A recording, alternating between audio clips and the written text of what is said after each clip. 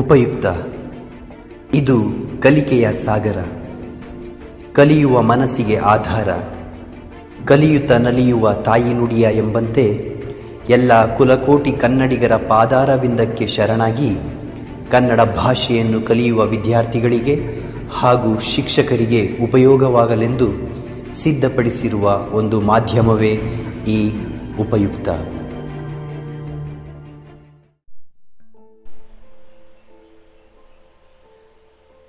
ಗದ್ಯ ವಾಲ್ಪರೈ ಅಭಿವೃದ್ಧಿ ತಂದ ದುರಂತ. ಬರೆದವರು ಕೃಪಾಕರ ಸೇನಾನಿ, ಕೆ ಪುಟ್ಟಸ್ವಾಮಿ.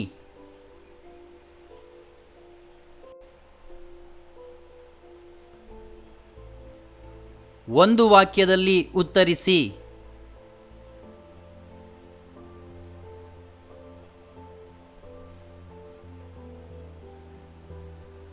ಬ್ರಿಟಿಷರಲ್ಲಿ ಹಾಯ್ದು ಬಂದಿರುವ ಆನುಷಂಗಿಕ ಗುಣ ಯಾವುದು?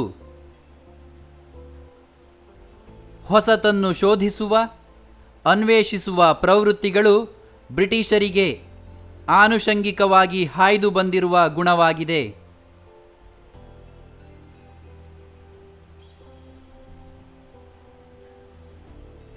ವಾಲ್ಪರೈಗೆ ಬಂದ ಬ್ರಿಟಿಷ್ ಪ್ರಜೆ ಯಾರು? ವಾಲ್ಪರೈಗೆ ಬಂದ ಬ್ರಿಟಿಷ್ ಪ್ರಜೆ ಕಾರ್ವೆರ್ ಮಾರ್ಷ್.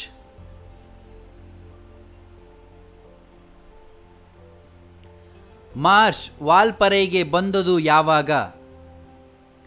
ಮಾರ್ಷ್ 1890ರಲ್ಲಿ ವಾಲ್ಪರೈಗೆ ಬಂದನು.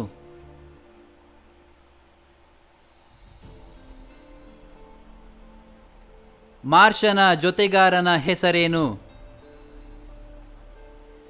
ಮಾರ್ಷನ ಜೊತೆಗಾರನ ಹೆಸರು ಪೂಣಚ್ಚಿ ಎಂಬ ಆದಿವಾಸಿ.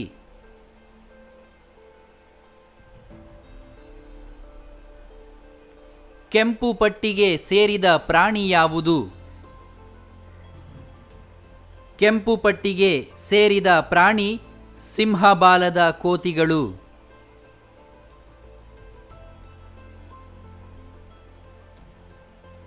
ವಾಲ್ಪರೈನ ದುರಂತದ ಮೂಲ ಬೀಜಗಳು ಯಾವ ರೂಪದಲ್ಲಿ ಬಂದವು? ವಾಲ್ಪರೈನ ದುರಂತದ ಮೂಲ ಬೀಜಗಳು ಚಹಾ ಗಿಡಗಳ ರೂಪದಲ್ಲಿ ಬಂದವು.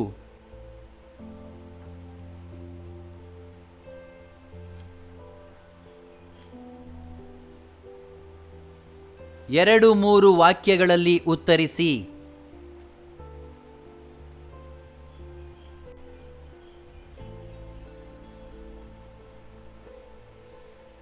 ಬ್ರಿಟಿಷರು ಬರುವ ಮೊದಲು ವಾಲ್ಪರೈ ಹೇಗಿತ್ತು? ಬ್ರಿಟಿಷರು ಬರುವ ಮೊದಲು ವಾಲ್ಪರೈನಲ್ಲಿ ಗಗನಚುಂಬಿ ಮರಗಳ ಮೇಲ್ಚಾವಣಿ ಭೇದಿಸಿ ಸೂರ್ಯ ಕಿರಣಗಳು ಸೆಣಸುವಷ್ಟು ದಟ್ಟವಾದ ಅರಣ್ಯವಿತ್ತು.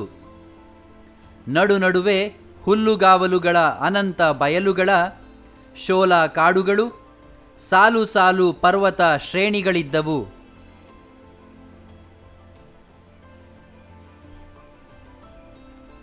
ಮಾರ್ಷ್ನನ್ನು ಕಂಡು ಆದಿವಾಸಿಗಳು ಹೇಗೆ ಪ್ರತಿಕ್ರಿಯಿಸಿದರು? ಮಾರ್ಷ್ ಹಾಡಿಗೆ ಬಂದಾಗ ಅಲ್ಲಿದ್ದ ಆದಿವಾಸಿಗಳು ಮಾರ್ಷ್ನ ಕುದುರೆಯ ಖುರಪುಟದ ಸದ್ದಿಗೆ ದಿಗಿಲುಗೊಂಡರು.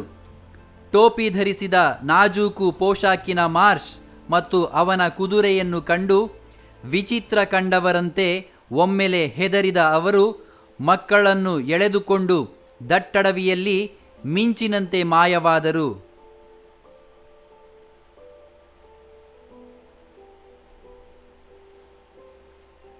ಕೈಗಾರಿಕೋದ್ಯಮಗಳಿಂದ ಕಾಡು ನಾಶವಾದುದು ಹೇಗೆ? ಕೈಗಾರಿಕಾ ಉದ್ಯಮಗಳಿಂದ ಕಾಡಿನ ಗರ್ಭಪಾತಕ್ಕೆ ಮೊದಲಾಯಿತು.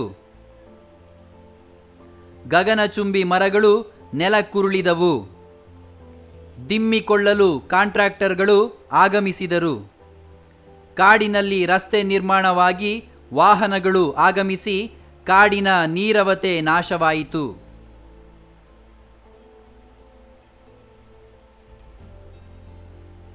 ಸಿಂಹಬಾಲದ ಕೋತಿಗಳಿಗೆ ಒದಗಿದ ತೊಂದರೆಯೇನು? ಇಲ್ಲಿ ಆಶ್ರಯ ಪಡೆದಿದ್ದ ಸಿಂಹಬಾಲದ ಕೋತಿಗಳು ಮೂಲತಃ ವೃಕ್ಷವಾಸಿಗಳಾಗಿದ್ದು ಈಗ ಮರದಿಂದ ಮರಕ್ಕೆ ಹಾರಲಾಗುತ್ತಿಲ್ಲ. ಡಾಂಬರ್ ರಸ್ತೆ ದಾಟುವ ನಾಗರಿಕ ಬುದ್ಧಿ ಇಲ್ಲದ ಅವುಗಳು ವಾಹನಕ್ಕೆ ಸಿಕ್ಕಿ ಅಂಗವಿಕಲಗೊಂಡಿವೆ. ಅವುಗಳ ಆಹಾರ ಮೂಲವಾದ ವೃಕ್ಷಗಳು ಕಣ್ಮರೆಯಾಗಿ ಸಾಯುವ ಸ್ಥಿತಿ ತಲುಪಿವೆ.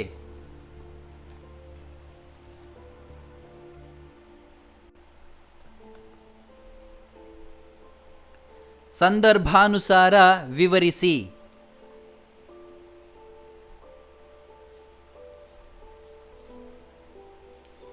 ಈ ಪ್ರದೇಶಕ್ಕೆ ಆಗ ಹೆಸರೇ ಇರಲಿಲ್ಲ. ಶ್ರೀಯುತರಾದ ಕೃಪಾಕರ ಸೇನಾನಿ ಮತ್ತು ಪುಟ್ಟಸ್ವಾಮಿ ಅವರು ಬರೆದಿರುವ ವಾಲ್ಪರೈ ಅಭಿವೃದ್ಧಿ ತಂದ ದುರಂತ ಎಂಬ ಲೇಖನದ ಆರಂಭದಲ್ಲಿ ಈ ಮೇಲಿನ ವಾಕ್ಯವನ್ನು ಗಮನಿಸಬಹುದು.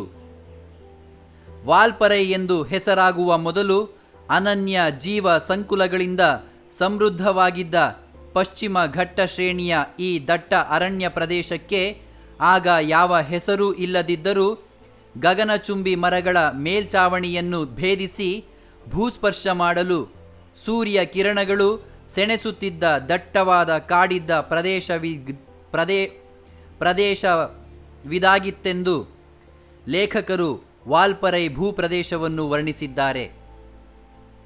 ಅವರು ನೀಡಿದ ಚಿತ್ರ 18ನೇ ಶತಮಾನದ ಅಂತ್ಯಭಾಗದ್ದಾಗಿದ್ದು ನಿಧಾನವಾಗಿ ಅಲ್ಲಿನ ಕಾಡು ಕಣ್ಮರೆಯಾದ ಬಗೆಗೆ ಲೇಖಕರು ಗಮನ ಸೆಳೆದಿರುವರು. ಆ ಪ್ರದೇಶಕ್ಕೆ ಹೆಸರು ಇಲ್ಲದಿರುವುದು ಅಲ್ಲಿ ಜನ ಪ್ರವೇಶಿಸಲಿಲ್ಲವೆಂಬುದಕ್ಕೆ ಸಾಕ್ಷಿಯನ್ನು, ಹೆಸರು ಬಂದ ನಂತರ ಆ ಪ್ರದೇಶ ಹೊಂದಿದ ಅವನತಿಯನ್ನು ಈ ಮೇಲಿನ ವಾಕ್ಯವು ಧ್ವನಿಸಿದೆ.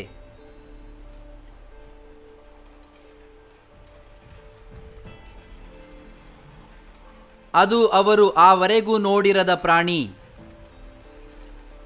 ಕೃಪಾಕರ ಸೇನಾನಿ ಮತ್ತು ಪುಟ್ಟಸ್ವಾಮಿ ಅವರು ಬರೆದಿರುವ ಜೀವಜಾಲ ಕೃತಿಯಿಂದ ಆಯ್ದ ವಾಲ್ಪರೈ ಅಭಿವೃದ್ಧಿ ತಂದ ದುರಂತ ಎಂಬ ಲೇಖನದಿಂದ ಈ ಮೇಲಿನ ವಾಕ್ಯವನ್ನು ಸ್ವೀಕರಿಸಲಾಗಿದೆ. ವಾಲ್ಪರೈನ ಕಗ್ಗತ್ತಲ ಅರಣ್ಯ ಪ್ರದೇಶಕ್ಕೆ ಮೊದಲ ಬಾರಿಗೆ ಸಾಹಸಿ ಬ್ರಿಟಿಷ್ ಪ್ರಜೆಯಾದ ಕಾರ್ವೆರ್ ಮಾರ್ಷ್ ಕುದುರೆಯ ಮೇಲೆ ಕುಳಿತು ಬಂದಾಗ ಅವನಿಗೆ 4 ಪುಟ್ಟ ಗುಡಿಸಲುಗಳಿದ್ದ ಹಾಡಿ ಕಾಣಿಸಿತು. ಅಲ್ಲಿದ್ದ 10 ಆದಿವಾಸಿಗಳು ಮಾರ್ಷ್ನ ಕುದುರೆಯ ಖುರಪುಟದ ಸದ್ದಿಗೆ ದಿಗಿಲುಗೊಳ್ಳುತ್ತಾರೆ. ಏಕೆಂದರೆ ಅವರೆಂದೂ ಕುದುರೆಯನ್ನು ಕಂಡಿರಲಿಲ್ಲ. ಕಾಡಿನ ಪ್ರಾಣಿಗಳನ್ನು ಮಾತ್ರ ಕಂಡಿದ್ದ ಅವರಿಗೆ ಕುದುರೆ ಮತ್ತು ವಿಚಿತ್ರ ಪೋಷಾಕಿನ ಮಾರ್ಷ್ನನ್ನು ನೋಡಿ ಭಯ ಉಂಟಾಗಿ ಮಿಂಚಿನಂತೆ ಅಲ್ಲಿಂದ ಮಾಯವಾದರೆಂಬುದನ್ನು ವಿವರಿಸುವ ಸಂದರ್ಭದಲ್ಲಿ ಲೇಖಕರು ಈ ಮೇಲಿನ ವಾಕ್ಯವನ್ನು ರಚಿಸಿದ್ದಾರೆ.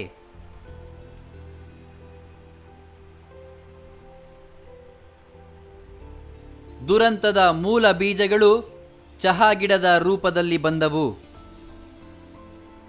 ಕೃಪಾಕರ ಸೇನಾನಿ ಮತ್ತು ಪುಟ್ಟಸ್ವಾಮಿ ಅವರು ಬರೆದಿರುವ ಜೀವಜಾಲ ಎಂಬ ಕೃತಿಯಿಂದ ಆಯ್ದ ವಾಲ್ಪರೈ ಅಭಿವೃದ್ಧಿ ತಂದ ದುರಂತ ಎಂಬ ಲೇಖನದಲ್ಲಿ ಈ ಮೇಲಿನ ವಾಕ್ಯವಿದೆ. ಪೂಣಚ್ಚಿ ಎಂಬ ಆದಿವಾಸಿ ಒಡನಾಡಿಯ ಸಹಾಯದಿಂದ ಕಾಡನ್ನು ಸುತ್ತಿ ಬಂದ ಮಾರ್ಷ್ ಅಲ್ಲಿನ ಪ್ರಕೃತಿಯನ್ನು ಆಸ್ವಾದಿಸಿ ತಾನು ಅಲ್ಲಿಯೇ ನೆಲೆಸಬೇಕೆಂದು ತೀರ್ಮಾನಿಸಿದ.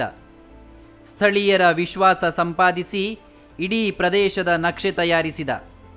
ಇದರ ಜೊತೆಗೆ ಆಗಷ್ಟೇ ಭಾರತ ಪ್ರವೇಶ ಮಾಡಿದ್ದ ಚಹಾ ಗಿಡಗಳನ್ನು ತಂದು ಆ ಪ್ರದೇಶದಲ್ಲಿ ನೆಟ್ಟು ಬೆಳೆಸಿದ. ಈ ಸಂದರ್ಭವನ್ನು ವಿವರಿಸುತ್ತಾ ಲೇಖಕರು ವಾಲ್ಪರೈ ಕಾಡಿನ ಮುಂದಿನ ದುರಂತದ ಮೂಲ ಬೀಜಗಳು ಚಹಾ ಗಿಡದ ರೂಪದಲ್ಲಿ ಬಂದಿದ್ದವು ಎಂದು ಹೇಳಿದ್ದಾರೆ.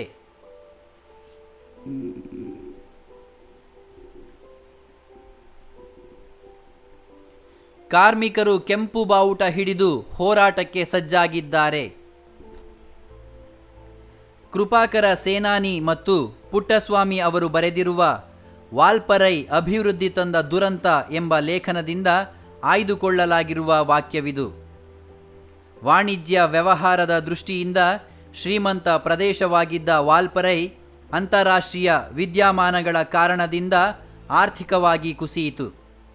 ಇದಕ್ಕೆ ಮುಖ್ಯ ಕಾರಣ ವಿಶ್ವ ಮಾರುಕಟ್ಟೆಯಲ್ಲಿ ಚಹಾದ ಬೇಡಿಕೆ ಇಳಿಮುಖವಾಗಿದ್ದು. ಈ ಸಂದರ್ಭದಲ್ಲಿ ತೋಟದ ಮಾಲೀಕರು ಬದುಕುಳಿಯಲು ಉತ್ಪಾದನಾ ವೆಚ್ಚ ಕಡಿಮೆ ಮಾಡಲು ಜನರ ಬದಲಿಗೆ ಯಂತ್ರಗಳನ್ನು ಬಳಸಲು ಆರಂಭಿಸಿದರು. ನಿರುದ್ಯೋಗಿಗಳಾದ ಕಾರ್ಮಿಕರು ಪ್ರತಿಭಟನೆಗೆ ತೊಡಗಿ ಕೆಂಪು ಬಾವುಟಗಳನ್ನು ಹಿಡಿದುಕೊಂಡು ಹೋರಾಟದಲ್ಲಿ ತೊಡಗಿದರು. ಸರ್ಕಾರಕ್ಕೆ ಮನವಿ ಸಲ್ಲಿಸಿದರೂ ಅವರ ಬದುಕು ಹಸನಾಗುವ ಭರವಸೆಗಳಿಲ್ಲ ಎಂಬುದನ್ನು ವಿವರಿಸುವ ಸಂದರ್ಭದಲ್ಲಿ ಲೇಖಕರು ಈ ಮೇಲಿನಂತೆ ಹೇಳಿರುವರು.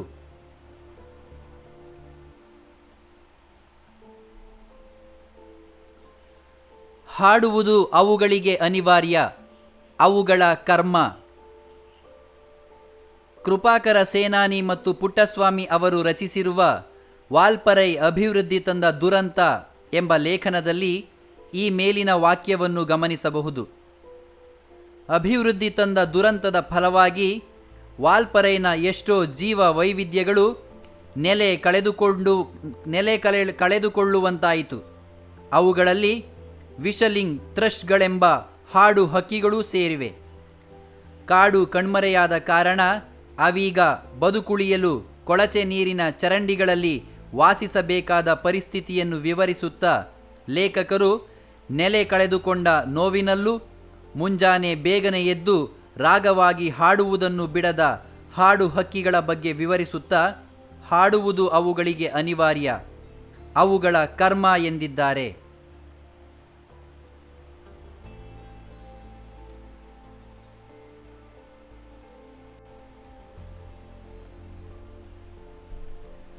ಐದಾರು ವಾಕ್ಯಗಳಲ್ಲಿ ಉತ್ತರಿಸಿ.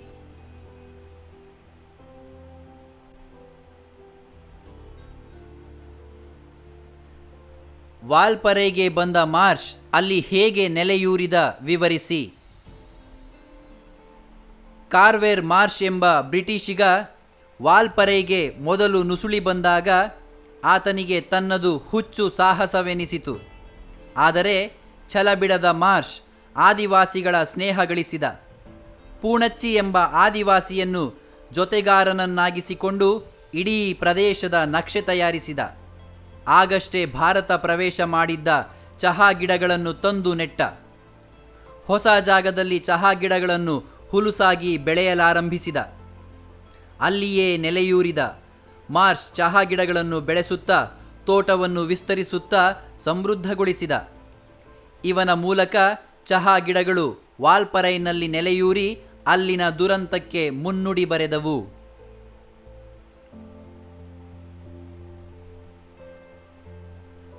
ಅಂತಾರಾಷ್ಟ್ರೀಯ ವಿದ್ಯಮಾನಗಳಿಂದಾಗಿ ವಾಲ್ಪರೈಗೆ ಒದಗಿದ ಸಮಸ್ಯೆಗಳೇನು? ವಾಣಿಜ್ಯ ವ್ಯವಹಾರದ ದೃಷ್ಟಿಯಿಂದ ಶ್ರೀಮಂತ ಪ್ರದೇಶವೆಂದು ಗುರುತಿಸಿಕೊಂಡಿದ್ದ ವಾಲ್ಪರೈ ಅಂತಾರಾಷ್ಟ್ರೀಯ ವಿದ್ಯಮಾನಗಳಿಂದ ತತ್ತರಿಸುವಂತಾಯಿತು. ಈ ಅಂತಾರಾಷ್ಟ್ರೀಯ ವಿದ್ಯಮಾನಗಳು ವಾಲ್ಪರೈನ ಆರ್ಥಿಕ ಸ್ಥಿತಿಗೆ ಕುತ್ತು ತಂದವು.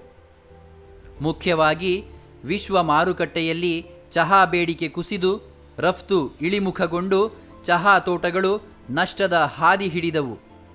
ಇಂತಹ ಪರಿಸ್ಥಿತಿಯಲ್ಲಿ ಬದುಕುಳಿಯಲು ಚಹಾ ತೋಟದ ಮಾಲೀಕರು ಜನರಿಗೆ ಸಂಬಳ ಕೊಡಲಾಗದೆ ಯಂತ್ರಗಳನ್ನು ಅವಲಂಬಿಸಿದ ಕಾರಣ ದಿನಗೂಲಿ ಕಾರ್ಮಿಕರು ಕೆಲಸ ಕಳೆದುಕೊಂಡು ಬೀದಿಗಿಳಿದು ಹೋರಾಟ ಮಾಡುವಂತಾಯಿತು.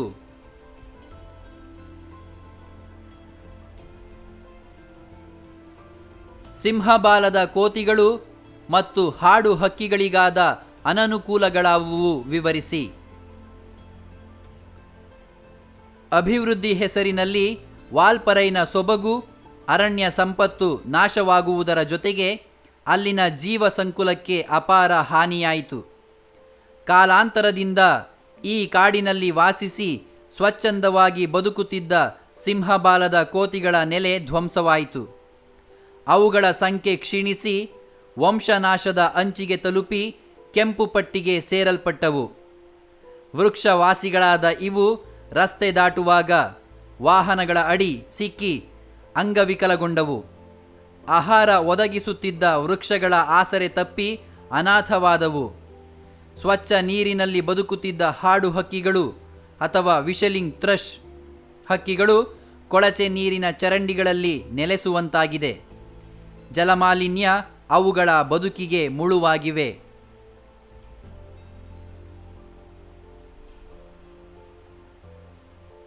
ಅಭಿವೃದ್ಧಿ ತರುವ ಪ್ರಾಕೃತಿಕ ನಾಶದ ಸ್ವರೂಪವನ್ನು ಪಠ್ಯದ ಹಿನ್ನೆಲೆಯಲ್ಲಿ ಚರ್ಚಿಸಿ.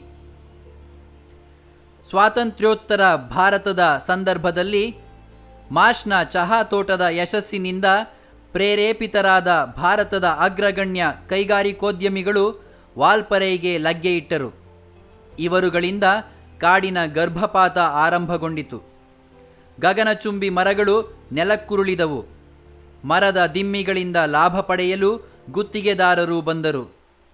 ಜನರ ವ್ಯಾಪಾರಿ ಓಡಾಟದ ಕಾರಣದಿಂದ ಕಾಡಿನ ಮಧ್ಯೆ ರಸ್ತೆ ನಿರ್ಮಾಣಗೊಂಡು ಹೊಗೆಯುಗುಳುವ ಗಡಗಡ ಸದ್ದು ಮಾಡುವ ಲಾರಿ, ಟ್ರ್ಯಾಕ್ಟರ್ಗಳು ದಾಳಿಯಿಟ್ಟವು. ಕಾಡಿನ ನೀರವತೆ ನಾಶವಾಗಿ ಕಾಡು ಮಣ್ಣು ಪಾಲಾಯಿತು. ಹೀಗೆ ಅಭಿವೃದ್ಧಿಯ ಹೆಸರಿನಲ್ಲಿ ಪ್ರಕೃತಿ ನಾಶವಾಯಿತು.